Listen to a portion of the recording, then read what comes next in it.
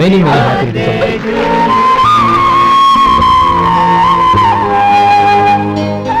I'm sorry, driver కదా అని నిన్ను తేలిగ్గా అంచనా వేశాను. You are really intelligent. జరిగింది మర్చిపో. ఈ రోజు నుంచి మనం ఫ్రెండ్స్. సార్ మీరు పెద్దవాళ్ళు. స్నేహానికి పెద్ద చిన్న ఏంటయ్యా? కమాన్ కమాన్. అవును, ఏంటది? అబ్బే ఏం లేదండి. పర్వాలేదు, చూపించు చూపించు. ఇవాళ అమ్మాయి గారి పుట్టినరోజు కదండి. అమ్మాయి గారికి మట్టి గాజులు ఇష్టమని నీకెలా తెలుసు? ఏ గాజులైనా ఆడవాళ్ళకి ఇష్టమే కదండి. గుడ్. సరే, ఇవి ఇచ్చి అమ్మాయి గారికి ఏం చెప్తావు? ఏముందండి, జన్మదిన శుభాకాంక్షలు అని చెప్తాను. నో, గౌరీ చుట్టూ అంతమంది ఫ్రెండ్స్ ఉన్నారు, పైగా అందరూ చదువుకున్న అమ్మాయిలు. తెలుగులో చెప్తే ఏం బాగుంటుంది, ఇంగ్లీష్లో చెప్పు. నాకు ఇంగ్లీష్ రాదండి. నీకు రాకపోతే నీ ఫ్రెండ్కి వచ్చిగా I want to be your hubby అని చెప్పు. అంటే ఏంటండి అర్థం? ఏముంది, నువ్వు 100 ఏళ్ళు సుఖంగా ఉండాలి అని. అదేనండి నాకు కావాల్సింది. ఇంకోసారి చెప్పండి. I want to be your hubby. I want to be your hubby. Your hubby. I want to be your hubby. Correct, అలాగే చెప్పు. All the best. I want to be your hubby. I want to be your hubby. ఈ రోజుతో వీడు అయిపోయాడు రా. Okay, 5 minutes లో వస్తాను. ఇది ఈ రోజే పుట్టినొచ్చి పాపే.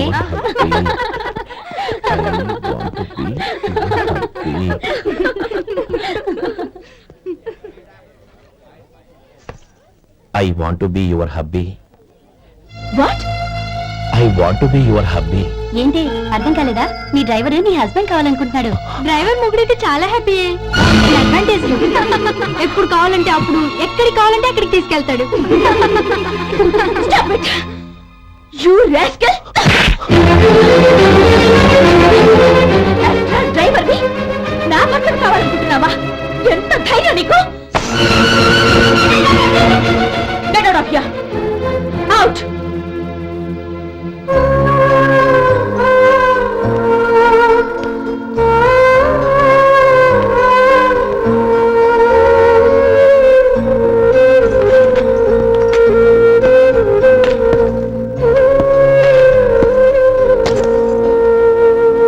ఏంటి, ఇన్సల్ట్ జరిగిపోయిందా? అమ్మాయి గారు లాక్ కొట్టారా? ఏయ్, ఏంటి మొహంలో మాడిపోయింది? చాలా బాధగా ఉందా? చెప్పవయ్యా, నువ్వు చెప్పకపోతే మాకు ఎలా తెలుస్తుంది? ఎంత బాధపడ్డావు? కొంచెం బాధపడ్డావా, చాలా బాధపడ్డావా?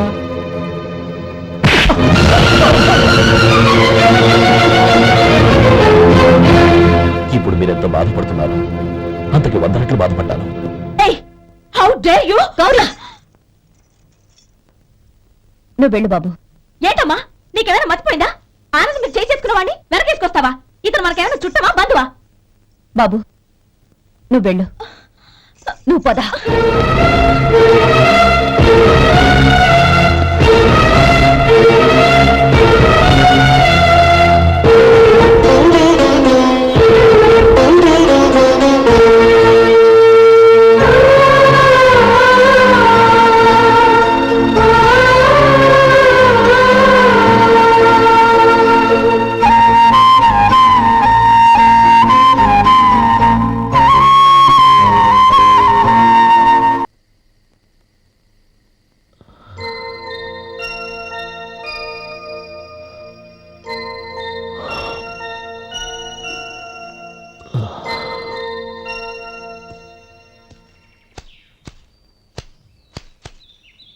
శంకరయ్య, ఏంటమ్మా? మధు ఇంకా రాలేదా? ఇంకా రాడమ్మా. ఏ? అతను పని నుంచి మానేశాడమ్మా.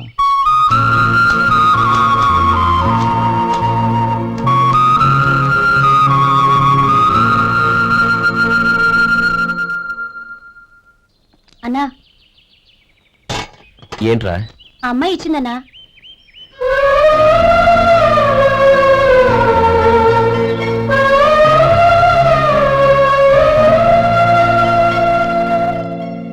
నేను చేసింది తప్పే, కానీ తెలియక చేసిన తప్పును క్షమించొచ్చు. ఎప్పటికీ మీ నీలి నింగిలో నిండు జాబిలి.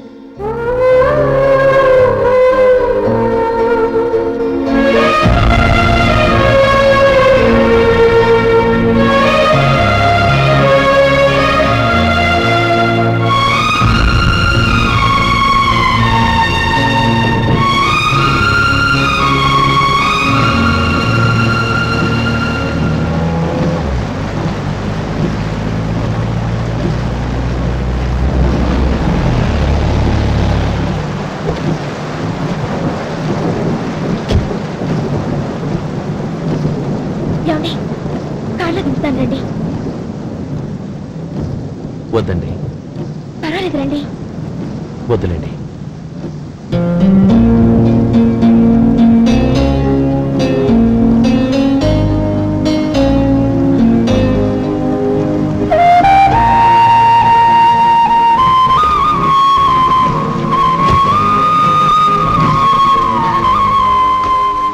కనీసం ఈ గొడుగైనా తీసుకోండి.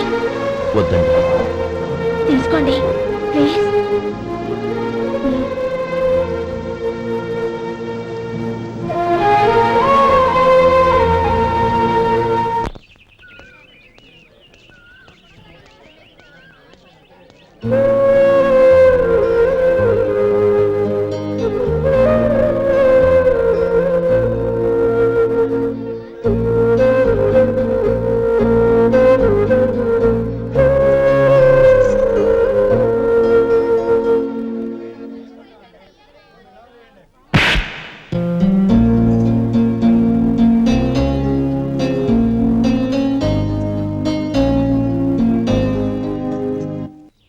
గౌరీ, వాళ్ళు నాకు ఆ రోజుల్లో సాయం చేసిన మాట నిజమే. అందుకు ప్రతిఫలంగా దానికి 100 రెట్లు వాళ్ళ మొహాన పారేస్తాను. అంతేకాని నీ జీవితాన్ని బలి చేయలేను. చేసిన సాయం తిరిగి ఇచ్చేస్తారు నాన్న, కానీ ఇచ్చిన మాట తిరిగి తీసుకోగలరా? మీరు మాట తప్పినా మీ కూతురుగా నేను మాట తప్పలేను. గౌరీ, నేను ఎందుకు చెప్తున్నానో అర్థం చేసుకో. నీ నిర్ణయం తప్పు. లేదు నాన్న, నా నిర్ణయం ఎప్పటికీ తప్పు కాదు. అంటే కోటేశ్వరుని కాలదని ఓ బికారాన్ని పెళ్లి చేసుకుంటావా? ఎస్, బంగారంతో చేసిన చెప్పులు కాళ్ళకే వేసుకుంటావు నాన్న. రాయితో మలిచిన దేవుడికి చేతులెత్తి నమస్కరిస్తా. నా దృష్టిలో మధు దేవుడు, అతనిది కల్మషం లేని ప్రేమ. నాన్న, మీ అనుమతితో ఊరందరికీ తెలిసేటట్టు మా పెళ్లి జరగాలని కోరుకుంటున్నాను. దయచేసి మమ్మల్ని ఏ గుడికో రిజిస్ట్రార్ ఆఫీస్కో వెళ్లేలా చేయకండి please. She's right uncle. Gauri నిర్ణయాన్ని కాదనకండి. What are you talking? నీ మీద చేయి చేసుకున్నవాడిని అతను చేయి చేసుకుంది నా మీద కాదు అంకుల్, నా అహం మీద. చదువురాని అతనితో ఆ రోజు I want to be your hubby అని చెప్పించింది నేనే. అవును గౌరీ, అందుకు నేను నీకు సారీ చెప్పబోవడం లేదు. ఎందుకంటే ఆ మాట అనిపించుండకపోతే మరుగున పడ్డ మీ ప్రేమ బయటపడేది కాదు. ఆనంద్, నాకంతా తెలిసింది అంకుల్. చిన్నప్పటి నుంచి అతని గౌరీపైన ఆశలు పెంచుకున్నాడు. అతని ఆశలో అమాయకత్వం ఉండొచ్చు, కానీ తిరిగిలేని నిజాయితీ ఉంది. నిజాయితీగా చెప్పాలంటే అతనిలో ఉన్న సిన్సియారిటీ నాలో లేదు. అతనే నీకు సరైన భర్త. All the best Gauri.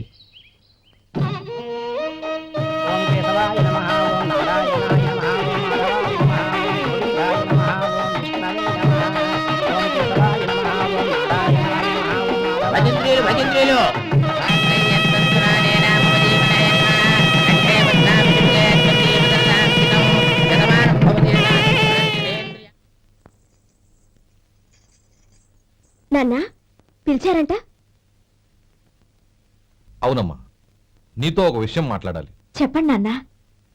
మహారాణిలా మన ఇంట్లో పెరిగిన నువ్వు ఆ ఇంట్లో అంట్లు తోముతూ కట్టెల పొయ్యితో ఎలా కష్టపడగలవమ్మా?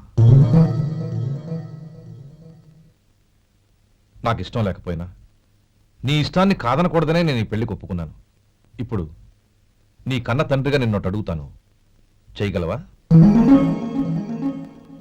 ఏం చేస్తావో, ఎలా చేస్తావో ముందు నీ భర్తను ఆ ఇంట్లోంచి బయటికి తీసుకొచ్చాయి. అతనికి ఒక కాటన్ మిల్ రాసిస్తాను. దాంతో అతను హ్యాపీగా రాజ్యాలా బతుకుతాడు.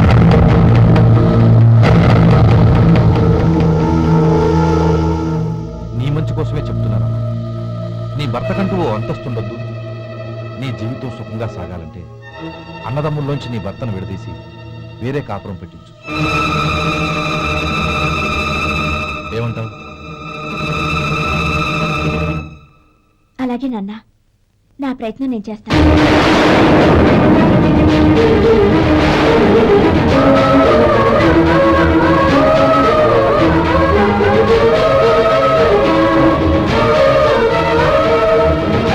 గోపాలం, ఒక్క మాట గుర్తుంచుకో.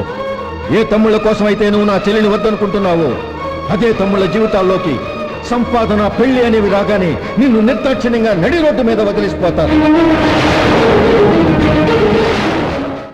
జంగమ దేవర్లం ధర్మప్రభువులు దానం చెయ్యండి. ఏమన్నావు? దానం చెయ్యండి అన్నాను. నన్నేమన్నావు? ధర్మప్రభువులు అన్నాను. ఒరే సొంటి, సోమవారికి 2 ఇడ్లీ కట్టి. ఆహా ఆహా, దానకన్నా తమలాంటి వారు ఉండబట్టే దేశంలో అప్పుడెప్పుడైనా వర్షాలు కురుస్తున్నాయి. ఒరే సొంటి, సోమవారికి మసాలా వడ మసాలా దోశ కలిపి కట్టి. ఆహాహాహా, అలనాటి శిపి చక్రవర్తి పేరు విన్నాను, ఇప్పుడు తమని ప్రత్యక్షంగా చూస్తున్నాను ప్రభు. అబ్బో సమ్మగుందయ్యా. ఒరే సోమవారికి పెసరట్టు ఉప్మా అల్లం చట్నీ వేసి ఉప్మాలో జీడిపప్పు బాగా దట్టించే. ఒరే సొంటి, నే ఇంటికి వెళ్ళొస్తాను, ఫ్యామిలీ వెయిటింగ్. వాళ్ళందరినీ తీసుకుని ఏదైనా మంచి హోటల్ దగ్గర టిఫిన్ చేసి వస్తాను. హోటల్ జాగ్రత్త. అయ్యా అయ్యా, ఆ ఇడ్లీ దోశ పెసరట్టు తమరి చేతులతో ఇప్పిస్తే ఏంది ఇచ్చేది? ఇవ్వను. ఎవరా? ఎందుకు ఇవ్వాలి?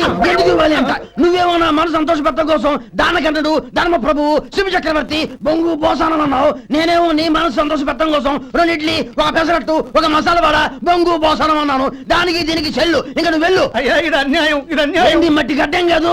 ఒరే సొంటి, దీన్ని 4 కొమ్ములు కొమ్మి తోసిపారే బయటికి. పడించుకుని కొట్టమంటారా? వద్దులే, చచ్చిపోతాడు. మళ్ళీ మర్డర్ కేసు మన మీద. అయితే ఇడ్లీతో కొడతా. ఒరే పాపత్తులారా, అందుకేనా భూకంపాలు వస్తున్నాయి?